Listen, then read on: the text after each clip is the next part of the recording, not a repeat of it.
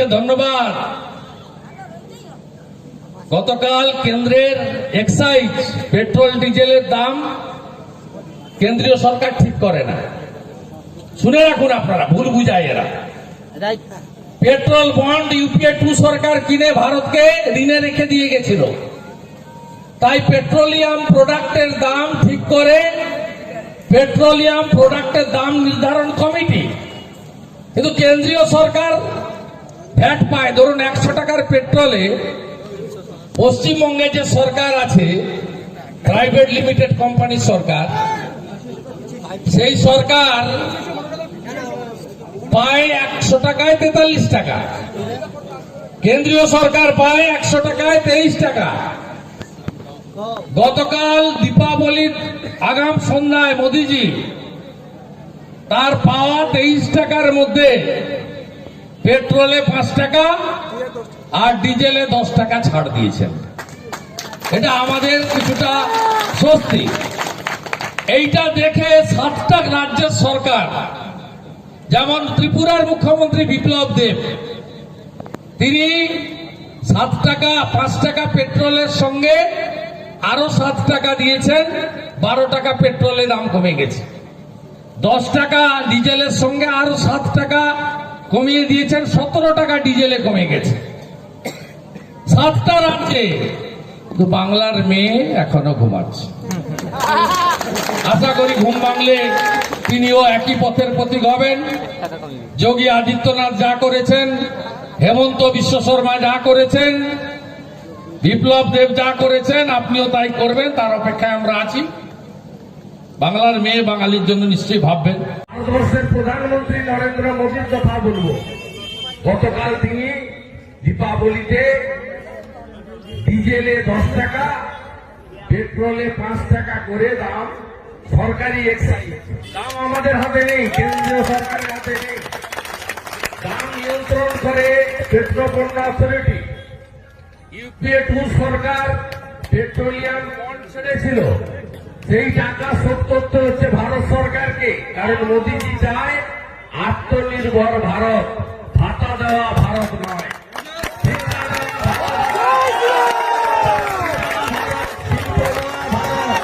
বাণিজ্যের ভারত, সেটা চায় মোদীজি। তাই মোদীজি ইউপিএ 2 সরকারের ঋণ, পেট্রোলিয়াম বন্ডের ঋণ শোধ করছেন। 22 সাল পর্যন্ত শোধ করতে হবে। হেমন্ত বিশ্ব শর্মা কমিয়ে দিয়েছেন। বাংলার মেয়ে এখনো ঘুমাচ্ছেন, তিনি এখনো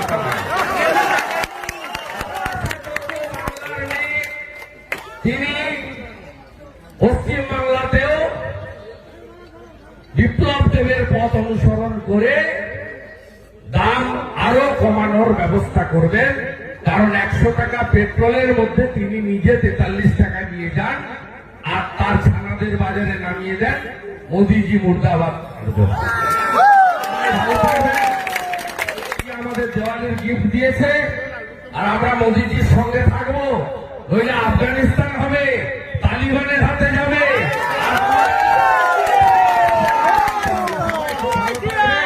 জয় শ্রীরাম। একটা হচ্ছে ধর্ম পালন, যেটা আমাদের আস্থার জায়গা, আর দ্বিতীয় হচ্ছে উৎসবে অংশগ্রহণ, যেটা আমাদের মিলনের জায়গা। তাই এই উৎসবের সঙ্গে যুক্ত হওয়ার মধ্য দিয়ে আপনাদের সকলের প্রতি প্রীতিপূর্ণ যে উষ্ণ অভিনন্দন আদান প্রদান করাটাই হচ্ছে আমাদের মূল উদ্দেশ্য। আপনারা জানেন যে সনাতন প্রথা মেনে আমরা দেবদেবীর পুজো অর্চনা করি, এটা আমাদের সনাতনী সংস্কৃতির মধ্যে পড়ে। আজকে আপনারা জানেন যে বাংলাদেশে দুর্গোৎসব পালন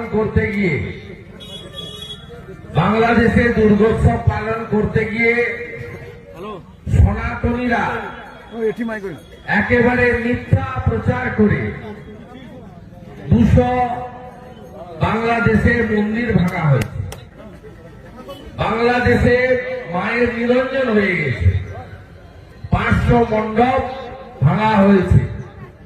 অভিযোগটা কি? অভিযোগটা হচ্ছে অন্য সম্প্রদায়ের একটি পবিত্র গ্রন্থ বজরং বলিজির পায়ের কাছে রেখে দেওয়া হয়েছিল।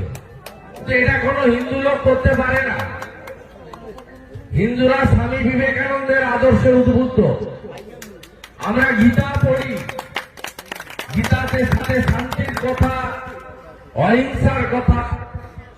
স্বামী বিবেকানন্দ যেমন বলতেন, তুমি গর্ব করে বলো আমি হিন্দু, সাথে সাথে স্বামীজি এটাও বলতেন নিজের ধর্মের প্রতি আস্থাশীল থাকবে, অপর ধর্মের প্রতি শ্রদ্ধাশীল থাকবে। আজকে ধরা পড়ল কে? ইকবাল হোসেন। তাকে সাহায্য করেছে কে? ইকরাম পায়ুম ফয়াজ। তাহলে আপনারা বুঝতে পারছেন যে আমাদের উপরে চাপিয়ে দিয়ে বাংলাদেশে সনাতনীদেরকে কিভাবে আক্রমণ করা হলো। এই জায়গায় দেখবেন রংপুরে সজীবীদের গান পুড়িয়ে দিল, কিন্তু ইকবাল হোসেনের বাড়িতে গিয়ে একটাও ঢিল ছোড়েনি। তার কারণ হচ্ছে এরা একটা অংশের লোক বাংলাদেশে হয়তো চায় হিন্দু জাতি, হিন্দু ধর্ম, হিন্দু সম্প্রদায় অবলুপ্ত হয়ে যায়। তাই গোটা পৃথিবীর সমস্ত বিশ্বের হিন্দু সনাতনীরা যদি আপনারা এক থাকতে পারেন, তাহলেই আগামী দিনে আমাদের যে সনাতনী সংস্কৃতি তাকে আমরা ধরে রাখতে পারবো। ধন্যবাদ। গতকাল কেন্দ্রের এক্সাইজ পেট্রোল ডিজেলের দাম কেন্দ্রীয় সরকার ঠিক করে না। শুনে রাখুন আপনারা, ভুল বুঝায় এরা। পেট্রোল বন্ড ইউপিএ 2 সরকার কিনে ভারতকে ঋণে রেখে দিয়ে গেছিল। তাই পেট্রোলিয়াম প্রোডাক্টের দাম ঠিক করে পেট্রোলিয়াম প্রোডাক্টের দাম নির্ধারণ কমিটি। কিন্তু কেন্দ্রীয় সরকার ভ্যাট পায়। ধরুন 100 টাকার পেট্রোলে পশ্চিমবঙ্গে যে সরকার আছে, প্রাইভেট লিমিটেড কোম্পানির সরকার, সেই সরকার পায় 100 টাকায় 43 টাকা, কেন্দ্রীয় সরকার পায় 100 টাকায় 23 টাকা। গতকাল দীপাবলির আগাম সন্ধ্যায় মোদিজি তার পাওয়া 23 টাকার মধ্যে পেট্রোলে 5 টাকা আর ডিজেলে 10 টাকা ছাড় দিয়েছেন। এটা আমাদের কিছুটা স্বস্তি। এইটা দেখে 7টা রাজ্যের সরকার, যেমন ত্রিপুরার মুখ্যমন্ত্রী বিপ্লব দেব, তিনি 7 টাকা 5 টাকা পেট্রোলের সঙ্গে আরো 7 টাকা দিয়েছেন, 12 টাকা পেট্রোলের দাম কমে গেছে। 10 টাকা ডিজেলের সঙ্গে আরো 7 টাকা কমিয়ে দিয়েছেন, 17 টাকা ডিজেলে কমে গেছে। 7টা রাজ্যে। কিন্তু বাংলার মেয়ে এখনো ঘুমাচ্ছে। আশা করি ঘুম ভাঙলে তিনিও একই পথের প্রতীক হবেন। যোগী আদিত্যনাথ যা করেছেন, হেমন্ত বিশ্ব শর্মা যা করেছেন, বিপ্লব দেব যা করেছেন, আপনিও তাই করবেন, তার অপেক্ষায় আমরা আছি। বাংলার মেয়ে বাঙালির জন্য নিশ্চয়ই ভাববেন। ভারতবর্ষের প্রধানমন্ত্রী নরেন্দ্র মোদীর কথা বলবো। গতকাল তিনি দীপাবলিতে ডিজেলে 10 টাকা, পেট্রোলে 5 টাকা করে দাম সরকারি এক্সাইজ। দাম আমাদের হাতে নেই, কেন্দ্রীয় সরকারের হাতে নেই। দাম নিয়ন্ত্রণ করে পেট্রোপণ্য অথরিটি। ইউপিএ 2 সরকার পেট্রোলিয়াম বন্ড ছেড়েছিল, সেই টাকা শোধ করতে হচ্ছে ভারত সরকারকে। কারণ মোদীজি চায় আত্মনির্ভর ভারত, ভাতা দেওয়া ভারত নয়।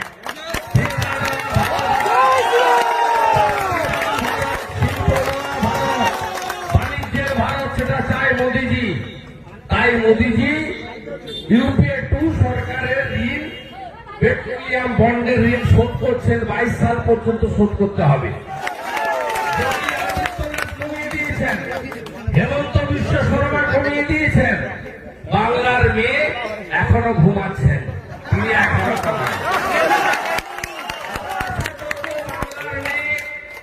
তিনি পশ্চিম বাংলাতেও বিপ্লব দেবের পথ অনুসরণ করে দাম আরো কমানোর ব্যবস্থা করবেন। কারণ 100 টাকা পেট্রোলের মধ্যে তিনি নিজে 43 টাকা নিয়ে যান আর তার ছানাদের বাজারে নামিয়ে দেন মোদিজি মুর্দাবাদ। আমাদের দেওয়ালের গিফট দিয়েছে আর আমরা মোদিজির সঙ্গে থাকবো, নইলে আফগানিস্তান হবে, তালিবানের হাতে যাবে।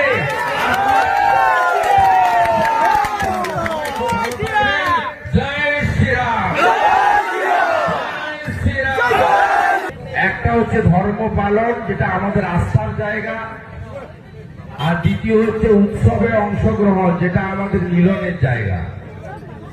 তাই এই উৎসবের সঙ্গে যুক্ত হওয়ার মধ্য দিয়ে আপনাদের সকলের প্রতি প্রীতিপূর্ণ যে উষ্ণ অভিনন্দন আদান প্রদান করাটাই হচ্ছে আমাদের মূল উদ্দেশ্য। আপনারা জানেন যে সনাতন প্রথা মেনে আমরা দেবদেবীর পুজো অর্চনা করি, এটা আমাদের সনাতনী সংস্কৃতির মধ্যে। আজকে আপনারা জানেন যে বাংলাদেশে দুর্গোৎসব পালন করতে গিয়ে সনাতনীরা একেবারে মিথ্যা প্রচার করে 200 বাংলাদেশে মন্দির ভাঙা হয়েছে, বাংলাদেশে মায়ের নিরঞ্জন হয়ে গেছে, 500 মণ্ডপ ভাঙা হয়েছে। অভিযোগটা কি? অভিযোগটা হচ্ছে অন্য সম্প্রদায়ের একটি পবিত্র গ্রন্থ বজরংবলীজির পায়ের কাছে রেখে দেওয়া হয়েছিল। তো এটা কোনো হিন্দু লোক করতে পারে না। হিন্দুরা স্বামী বিবেকানন্দের আদর্শে উদ্বুদ্ধ। আমরা গীতা পড়ি, গীতাতে সাথে শান্তির কথা, অহিংসার কথা। স্বামী বিবেকানন্দ যেমন বলতেন, তুমি গর্ব করে বলো আমি হিন্দু, সাথে সাথে স্বামীজি এটাও বলতেন নিজের ধর্মের প্রতি আস্থাশীল থাকবে, অপর ধর্মের প্রতি শ্রদ্ধাশীল থাকবে। আজকে ধরা পড়ল কে? ইকবাল হোসেন। তাকে সাহায্য করেছে কে? ইকরাম পায়ুম ফয়াজ। তাহলে আপনারা বুঝতে পারছেন যে আমাদের উপরে চাপিয়ে দিয়ে বাংলাদেশে সনাতনীদেরকে কিভাবে আক্রমণ করা হলো। এই জায়গায় দেখবেন রংপুরে সজীবীদের রং পুড়িয়ে দিল, কিন্তু ইকবাল হোসেনের বাড়িতে গিয়ে একটাও ঢিল ছোড়েনি। তার কারণ হচ্ছে এরা একটা অংশের লোক বাংলাদেশে হয়তো চায় হিন্দু জাতি, হিন্দু ধর্ম, হিন্দু সম্প্রদায় অবলুপ্ত হয়ে যায়। তাই গোটা পৃথিবীর সমস্ত বিশ্বের হিন্দু সনাতনীরা যদি আপনারা এক থাকতে পারেন, তাহলেই আগামী দিনে আমাদের যে সনাতনী সংস্কৃতি তাকে আমরা ধরে রাখতে পারবো।